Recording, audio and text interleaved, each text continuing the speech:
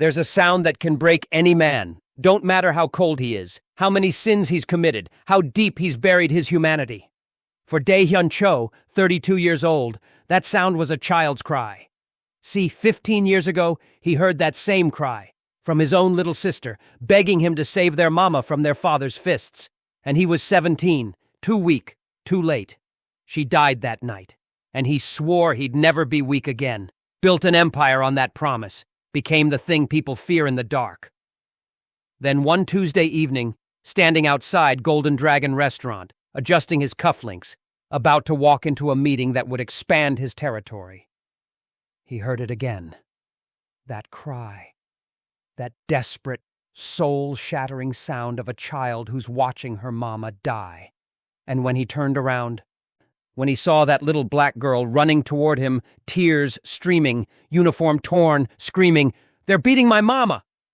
Everything stopped. The ghost he'd been running from for 15 years finally caught up. And what happened next? It changed everything. For both of them. You think you know how this story ends, but you don't.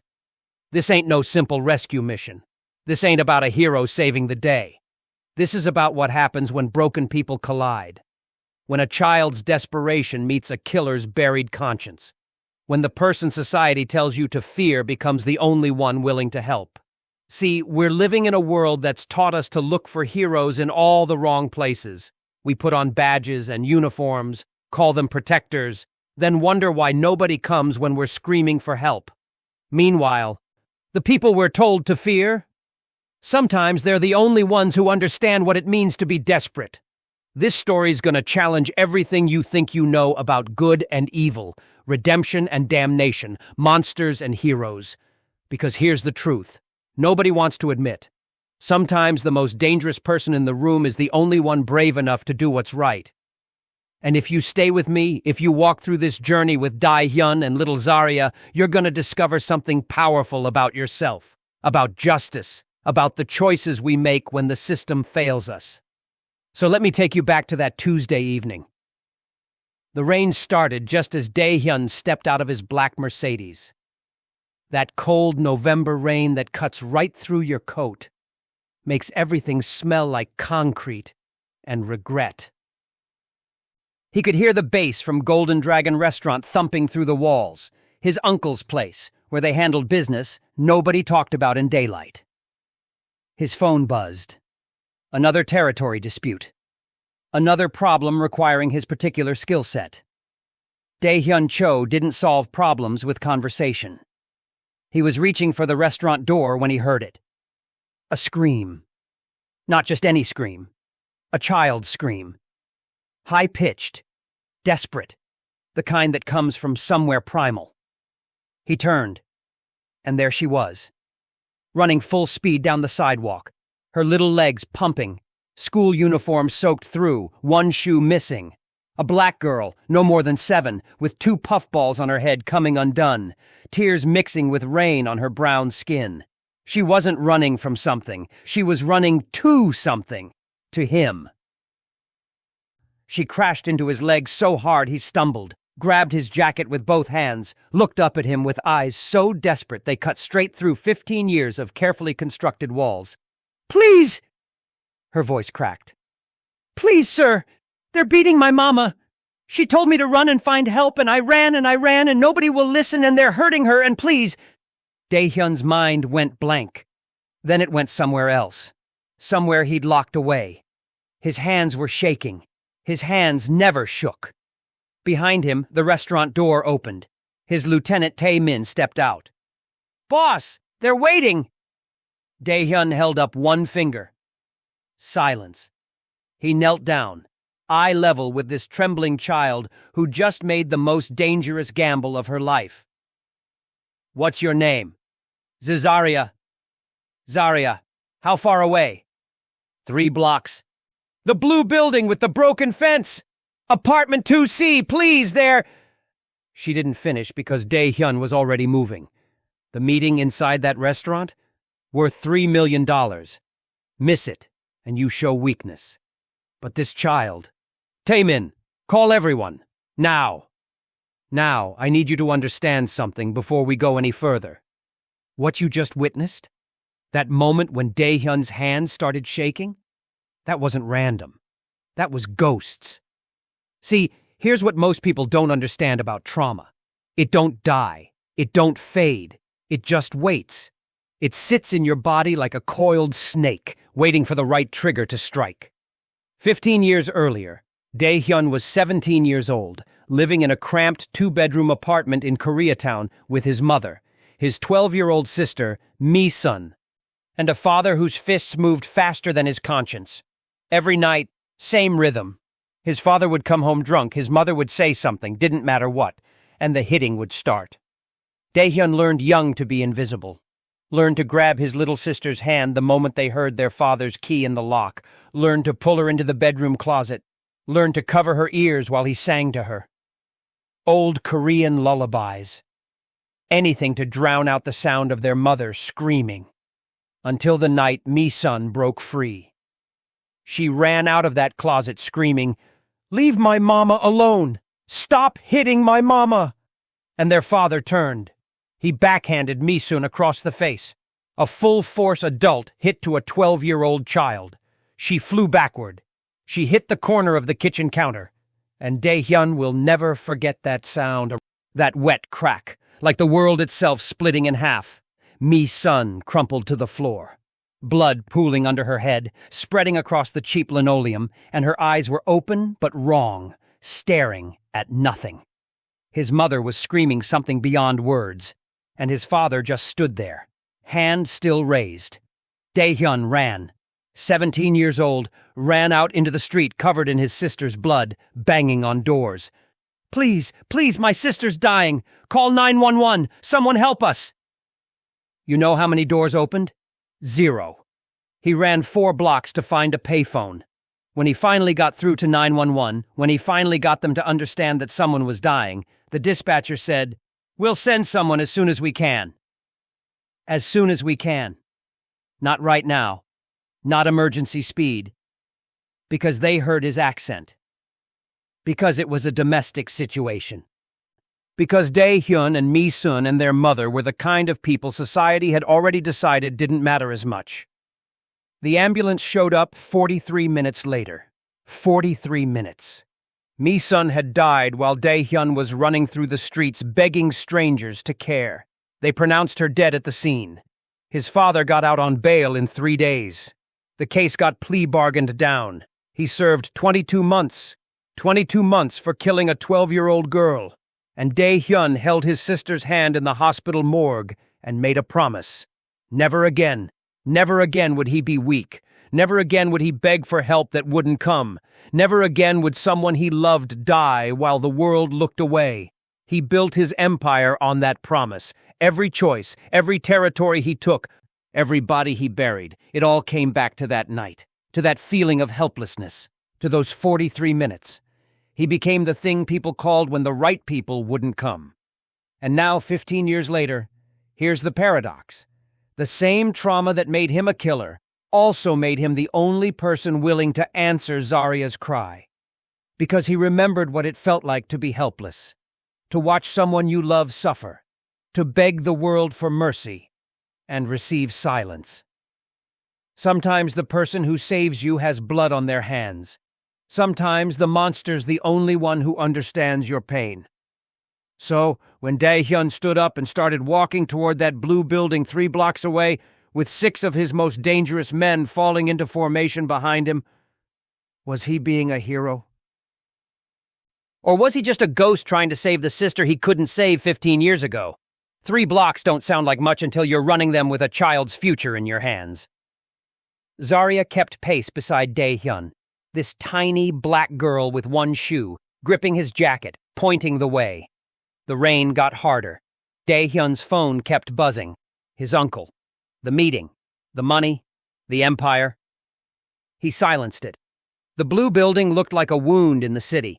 Chain-link fence hanging off its hinges, graffiti covering the walls, trash piled in corners where hope went to die. The kind of place where screams don't get answered.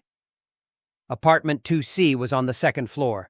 The door was half open, hanging crooked. And they could hear it. The hitting, the crying, male voices laughing. Dae-hyun stopped at the bottom of the stairs, looked at Zarya. "Stay here, behind Tae-min. Don't move." "But my mama."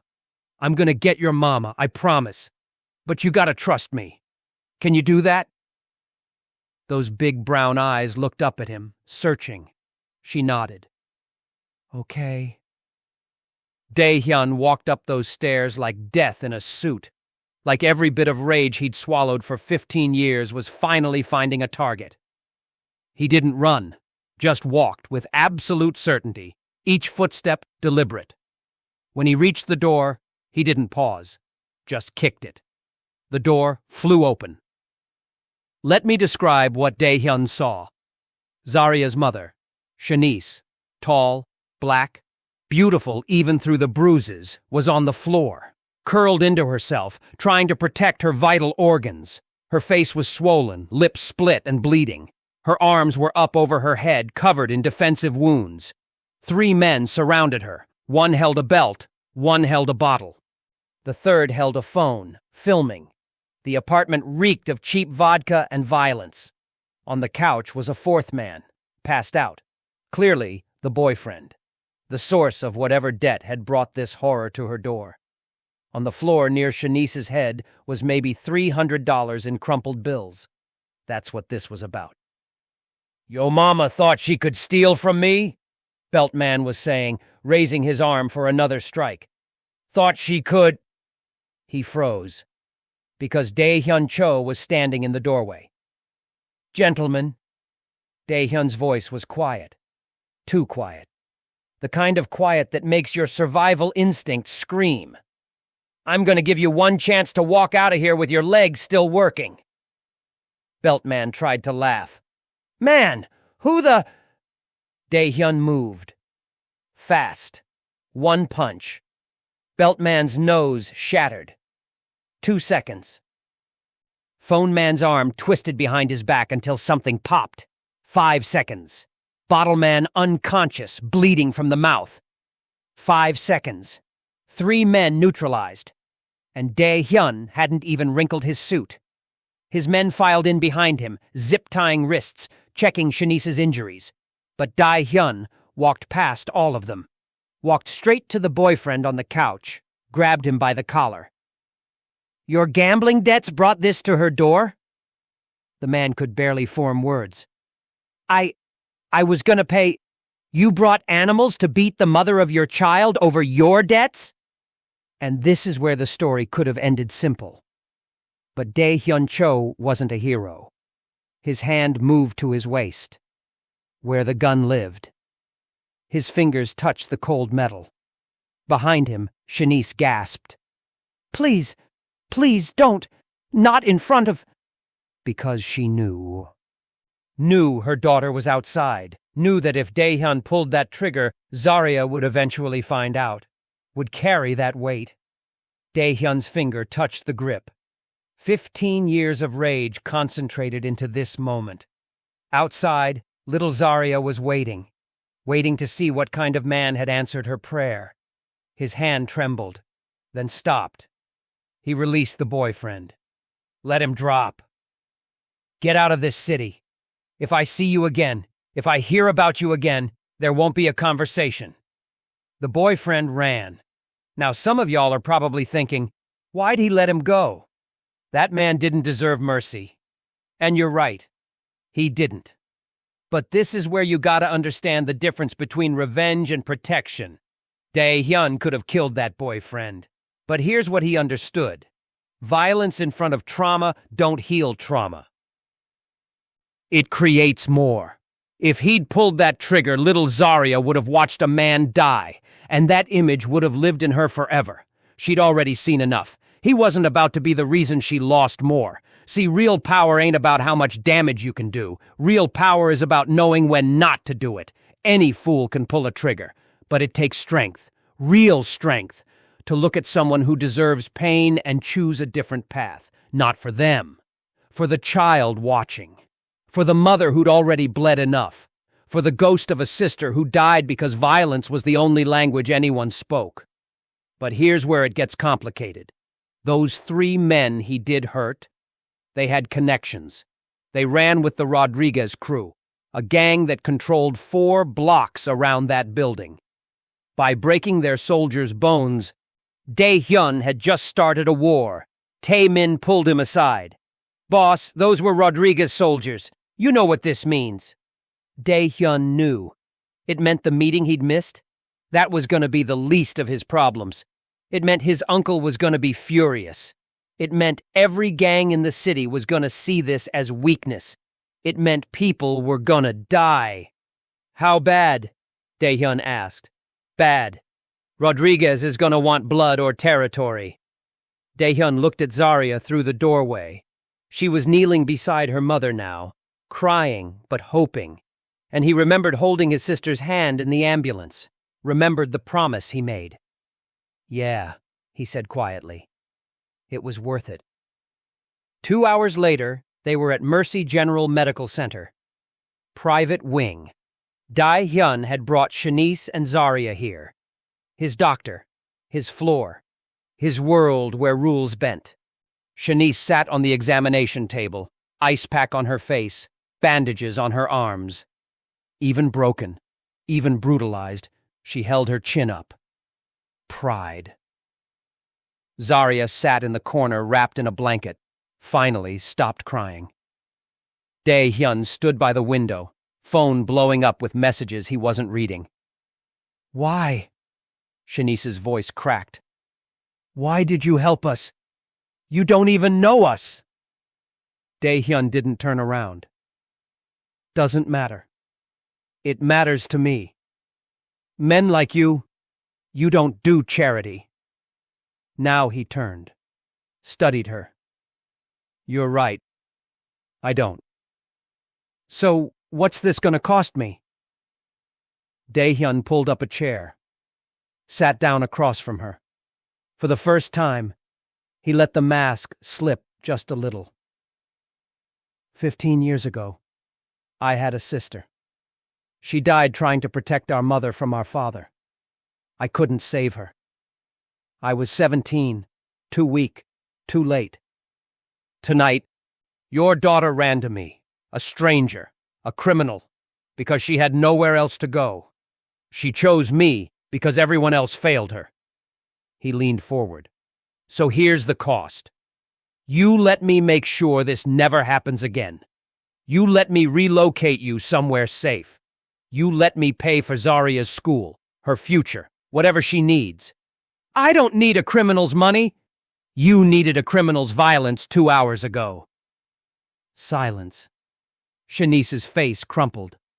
"I worked 3 jobs. 3 jobs to keep us in that apartment.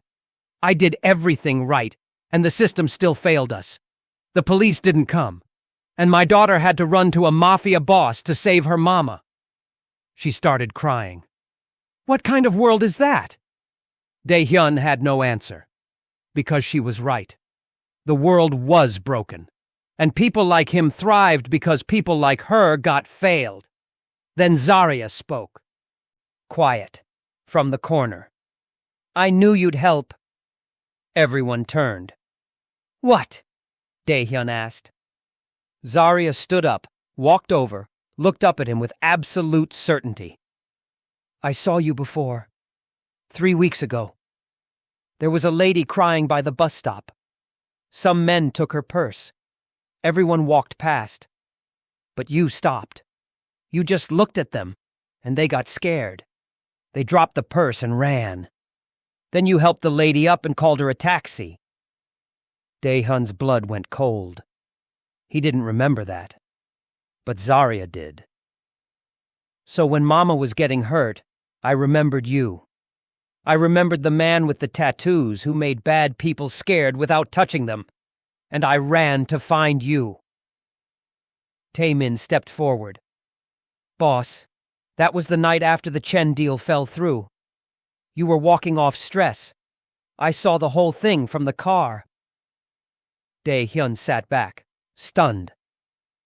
This child had been watching, had judged him, had decided that a monster could be a hero based on one moment of decency he hadn't even remembered.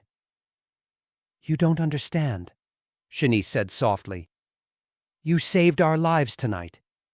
But 3 weeks ago, when Zarya saw you, you gave my daughter hope that good people still exist, even in unexpected places."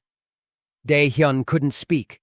15 years building walls, building a reputation, building an empire on fear. And a 7-year-old black girl had seen through all of it in 3 seconds. Then his phone rang. His uncle. The call he couldn't ignore. He answered. "Dae-hyun, where the hell are you? The Rodriguez family just declared war. They're saying you attacked their soldiers over some woman. They're demanding we hand you over or give them 3 blocks. The Chen family left insulted. Do you have any idea what you've done?" Dae-hyun looked at Zarya. At Shanice. "Yeah, I have an idea. Get back here. Now. We need to fix this before the whole city burns." He hung up. Looked at Tae-min. "How bad?" "Bad, boss. Rodriguez wants blood or territory. Your uncle's gonna ask you to give up something big. Maybe everything. The empire he'd built. The power he'd accumulated. All of it at risk. For a girl he didn't know. For a woman who couldn't pay him back. For a ghost that wouldn't leave him alone. Now we gotta talk about the thing nobody wants to admit. Here's the truth. Doing the right thing will cost you. Not sometimes. Will. Society loves to sell us this lie that virtue gets rewarded. That being good brings blessings. But reality? Reality says that the moment you step outside your lane to help someone, you risk everything. Dae-hyun built an empire on calculated moves. Every action had a purpose. Then a crying child grabbed his jacket. And he threw all of that away. Let's count what it cost him. The $3 million meeting. That wasn't just money. That was respect. In his world, not showing up means you're finished. The Rodriguez War, he'd avoided that conflict for 5 years. Now, 3 of their soldiers in the hospital. They have to respond. His uncle's trust. By acting independently, by putting strangers above the family business, he violated the code. His reputation. Word was spreading. Dae-hyun Cho went soft over some kid. Every rival was going to test him now. So why did he do it? Why would someone so smart, so calculating, throw everything away for strangers? Because some things matter more than survival. Zarya reminded him of what that thing was. Humanity. The thing he'd buried 15 years ago. See, Dae-hyun spent 15 years building walls, making himself untouchable. He'd become so good at being dangerous that he forgot what it felt like to be human. Until a child looked at him with hope. Until a mother whispered thank you through broken lips. Until he remembered his sister's face. And here's the paradox. The same decisions that destroy your empire can save your soul. The same actions that make you vulnerable make you real. Dae-hyun was more powerful than ever. He could end lives with a phone call, control territories with a word. But he'd never been more alive than in the moment he chose to help someone who couldn't help him back. Now, I'm not saying you gotta start a gang war to be a good person. But I am saying this.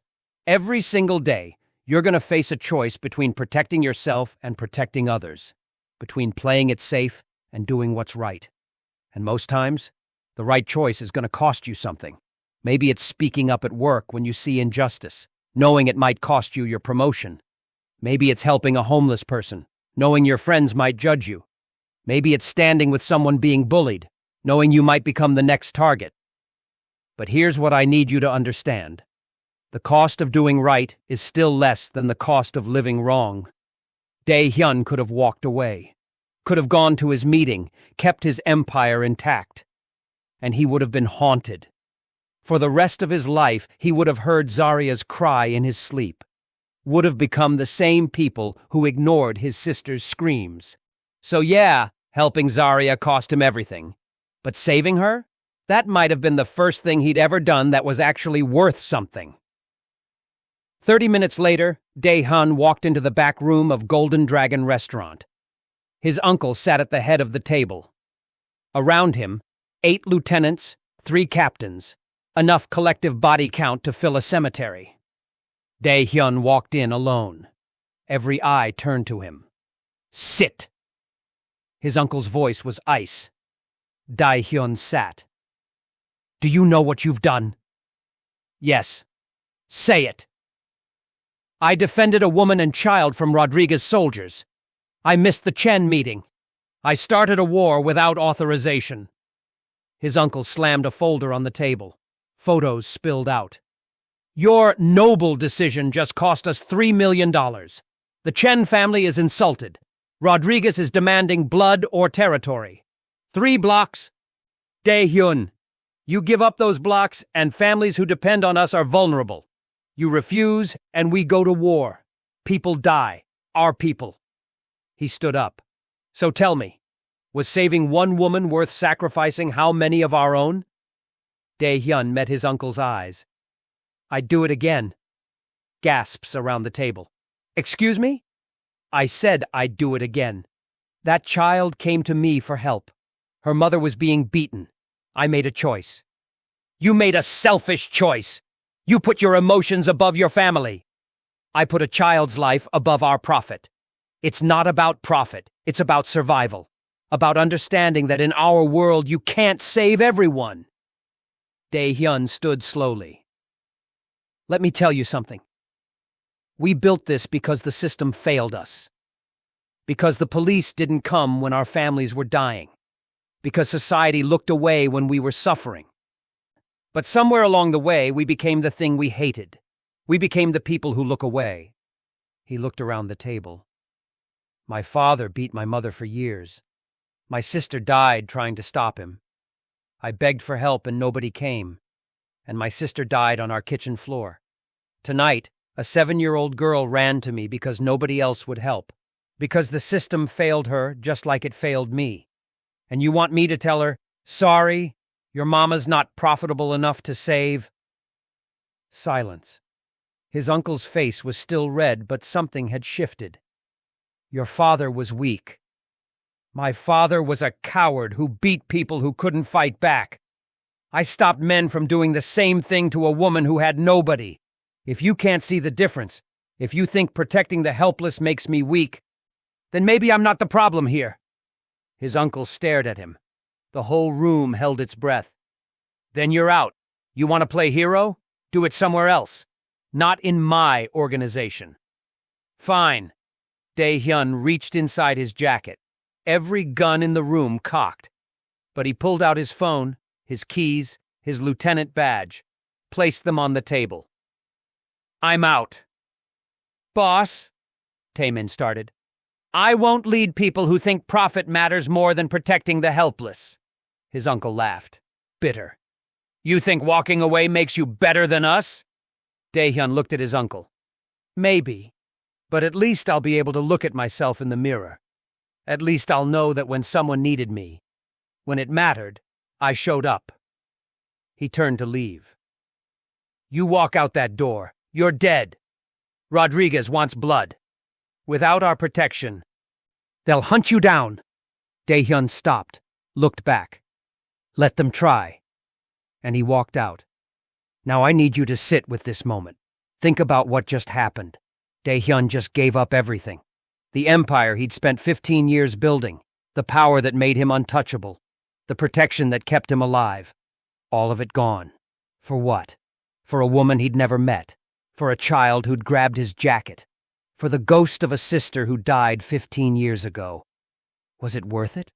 Was throwing away everything you've worked for worth one moment of humanity? 3 days later, Dae-hyun was living in a studio apartment across town. Not the penthouse he'd owned. Just a regular apartment where regular people lived. He'd moved Shanice and Zarya first. Got them set up in a nice place. Paid 6 months' rent up front. Enrolled Zarya in a better school. Then he'd disappeared.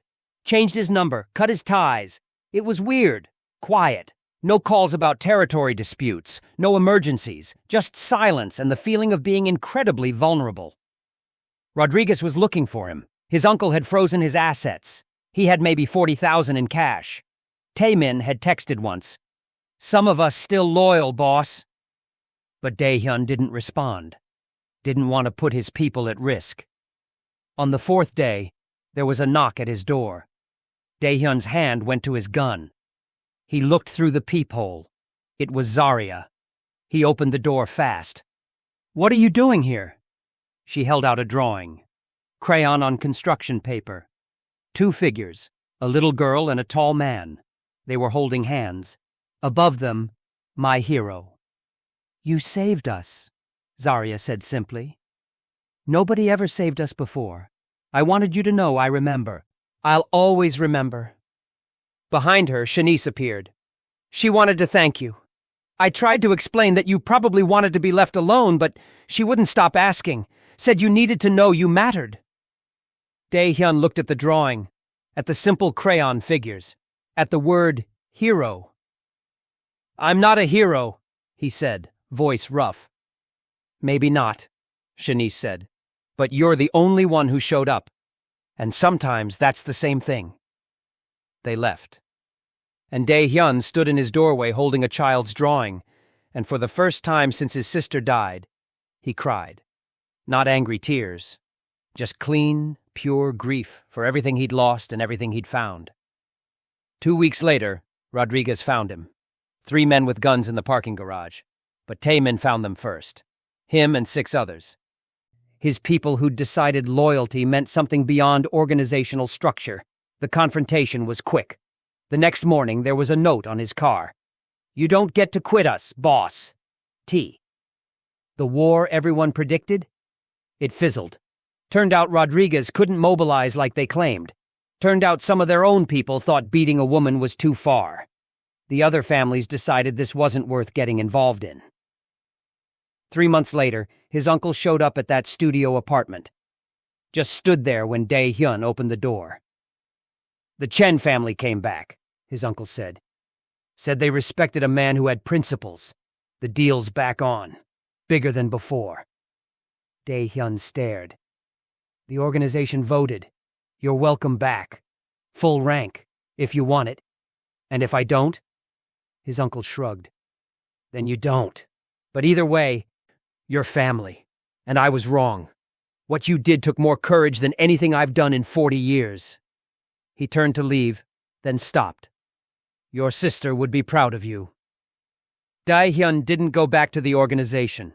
Not fully. But he didn't disappear either. He became something else. Someone who understood both worlds and tried to bridge them. He started a foundation that helped families in crisis. That paid for lawyers when the system failed. That showed up when nobody else would. And he kept watching over Zarya and Shanice. Watched Zarya grow up, graduate high school, get accepted to college. Every year on the anniversary, Zarya would send him a card. "Thank you for showing up." That's the thing about choosing humanity over empire. The results don't always look like victory. Sometimes you lose everything, but you get something else. Something that can't be taken. You get to be human again. You get to look at yourself in the mirror. You get to know that when it mattered, when someone needed you, you showed up. And maybe that's worth more than any empire. Now, I want to talk to you directly. Not about Daehyun anymore. About you. Because this story, it's not really about a mafia boss and a crying child. It's about the choices we all face every single day. Between who we are and who we could be. Between the safe path and the right path. You're going to face your moment. Maybe you already have. Maybe it's coming tomorrow. But there's going to come a time when someone needs help. When the system fails them. When they have nowhere else to turn. And they're going to look at you. And in that moment, you're going to have to choose. You can do the smart thing. The safe thing. Say, "Not my problem," and walk away. Or you can do what Daehyun did. You can step into someone else's pain and risk something of yourself to help someone who can't help you back. And it's going to cost you. It might cost you money, time, relationships, opportunities. But here's what I learned from this story. There are two kinds of poverty in this world.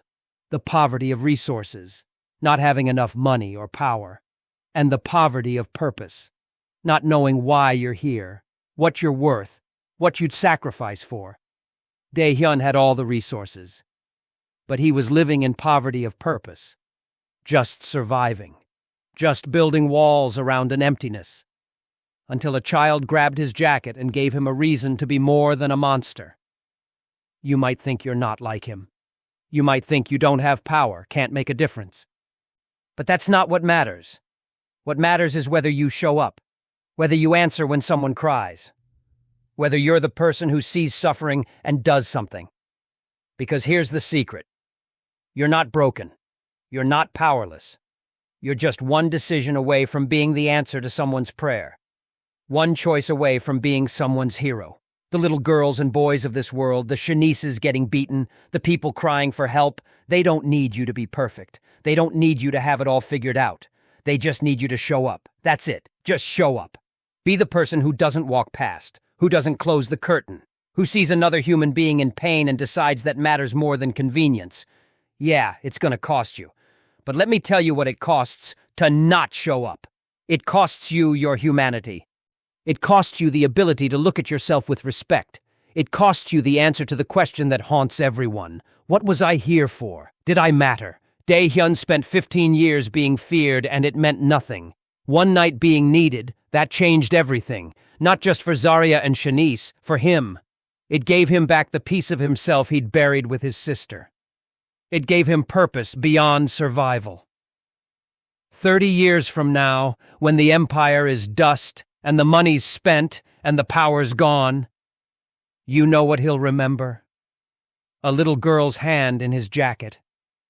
A mother's whispered, "Thank you." A crayon drawing. He'll remember the moment he chose humanity over everything else and found out what his life was actually worth. So here's what I want you to take away. You're not broken. You've just been told that caring makes you weak. But that's a lie. You're not powerless. You have the power to witness someone's pain and declare it matters. You're not alone. Somewhere right now, someone's crying and they need you. Not someday. Right now. The person you are today is enough. Every act of courage starts with fear and does it anyway. Every miracle starts with someone deciding another person's life matters more than their own comfort. So be that person. Be Dae-hyun in the moment he said, "I'm gonna get your mama." Be the person who shows up even when it costs everything. Because at the end of your life, you're not gonna wish you'd played it safer. You're not gonna wish you'd protected yourself more. You're gonna wish you'd shown up more, helped more, risked more for people who needed you. Don't wait until it's too late to be that person. Don't wait until you're old and full of regrets to realize that the cost of helping was always less than the cost of walking away. Start now, today. The next time you see someone suffering, be the person who stops. The next time the system fails someone, be the person who shows up anyway. The next time someone's desperate, be their Dae-hyun. Be the monster who remembers how to be human. Your empire might fall. Your comfort might disappear. But you'll have something worth more than all of that. You'll have the knowledge that when it mattered, you mattered. That when someone needed help, you were the help. That when the world failed someone, you didn't. You're not broken. You're just one choice away from being whole. One moment away from being someone's hero. One decision away from remembering why you're here. So if you got anything from this story, if this touched something in you, if you feel that stirring in your chest that says, "I want to be that person," then I need you to do something. Hit that like button. Not for me, but as a declaration to yourself that you're choosing to show up. Drop a comment telling me about a time you helped someone or a time someone helped you, because we need to remind each other that good people exist. Subscribe, because I'm going to keep telling you stories that challenge you to be more human, more present, more willing to matter, and most importantly, go be the answer to someone's prayer. Go show up for someone who needs you. Go be the person that a crying child runs toward because they know you're different, that you care, that you'll help even when it costs you. The world's broken. The systems are failing. The people who are supposed to help aren't showing up. which means we need more people like Daehyun, more people who remember what it felt like to need help and didn't get it. More people who look at suffering and say, not on my watch. Be that person. Show up. Matter. Because somewhere right now, someone's running through the rain looking for help. And they need you to be the one who doesn't walk away. They need you to be their miracle. They need you to prove that good people still exist in unexpected places. Don't let them down. Your empire can fall. Your reputation can crumble. Your comfort can disappear. But your humanity, your choice to help, your decision to show up, that's eternal. That echoes. That changes lives in ways you'll never fully understand. Daehyun lost everything and gained something worth more. He lost his empire and found his soul. He lost his protection and found his purpose. And 30 years later, when Zarya stood at her college graduation, when she thanked the man who showed up when nobody else would, when she dedicated her degree to everyone who's ever been desperate and found help in unexpected places, Daehyun was there.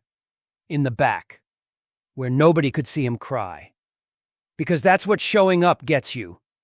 Not an empire, not power, not safety, but the knowledge that you mattered, that you changed someone's trajectory, that you were the difference between someone's nightmare and someone's miracle. And that's worth everything. So go. Show up. Be human. Be the answer. Be the miracle. Be the person that a crying child runs toward. Be the person who doesn't walk away. Be the person who remembers that some things, some people, are worth more than empire. Because you're not broken. You're not powerless. You're not too small to matter. You're just one choice away from being someone's hero. Make that choice. Show up. And watch how your life transforms from surviving to mattering. From accumulating to giving. From existing to living. The world needs you. Not the perfect you. Not the powerful you. Just you. Willing to see. Willing to care. Willing to act. That's enough. You're enough. Now go prove it.